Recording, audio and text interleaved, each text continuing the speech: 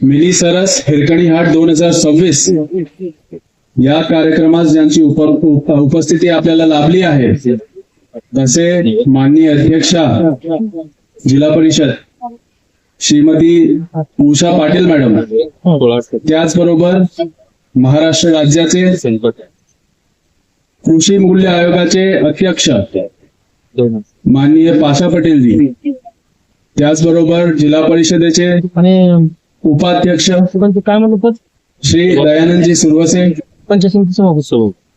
आणि व्यासपीठावर उपस्थित सर्व नवनिर्वाचित जिल्हा परिषद आणि पंचायत समितीचे लोकप्रतिनिधी, आपण सर्वांना मी मनपूर्वक स्वागत करतो. आजच्या या कार्यक्रमाचं महत्व असं आहे की हे फक्त एक प्रदर्शन नाहीये, हे ग्रामीण भागाची अर्थव्यवस्थाचा एक महत्वपूर्ण कणा म्हणजे महिलांचा औद्योगिक आणि व्यावसायिक विकास, त्यांना प्रोत्साहन देणं, बाजारपेठ उपलब्ध करून देणं आणि त्यांचं कौतुक करणं हे आजच्या कार्यक्रमाचा उद्देश आहे.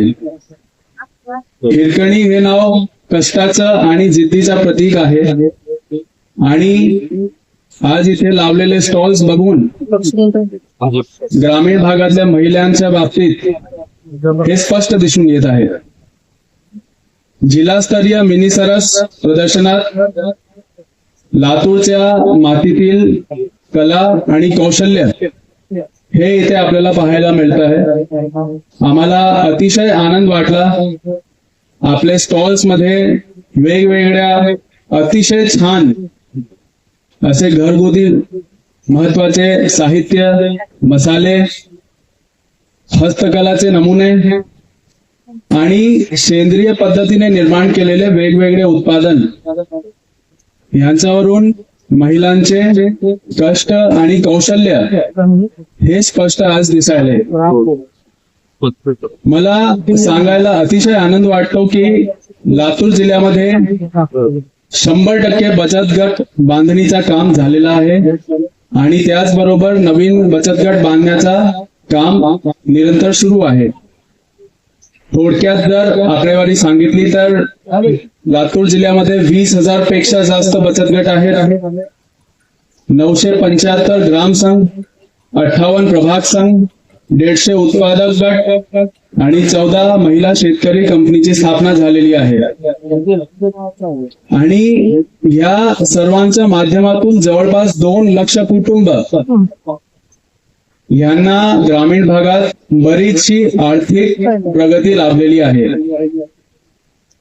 अभियानासाठी गाव पातळीवर कार्यरत असलेली आमची यंत्रणा यांचाही मी कौतुक करतो. त्या ग्राम सखी, याला प्रेरिका म्हणतो आपण, कृषी सखी, पशु सखी, बँक सखी आणि एवढ्या 1400 महिलांची टीम जी गाव पातळीवर निरंतर काम करून आपल्या महिलांच्या आर्थिक विकासासाठी काम करतात, त्यांचा मी या ठिकाणी कौतुक करायला इच्छितो. थोडक्यात जर सांगायचं असेल बचत गटांच्या यशाबाबत तर मागच्या 7 वर्षात 834 कोटी रुपये हे कर्ज स्वरूपात महिलांना वितरित केलेले गेलेले आहेत आणि त्याच्यातून महिलांच्या संकल्पनेतून वेगवेगळे उत्पादन ऑनलाईन व ऑफलाईनच्या माध्यमातून पूर्ण राज्यात आणि देशात विकले जात आहेत.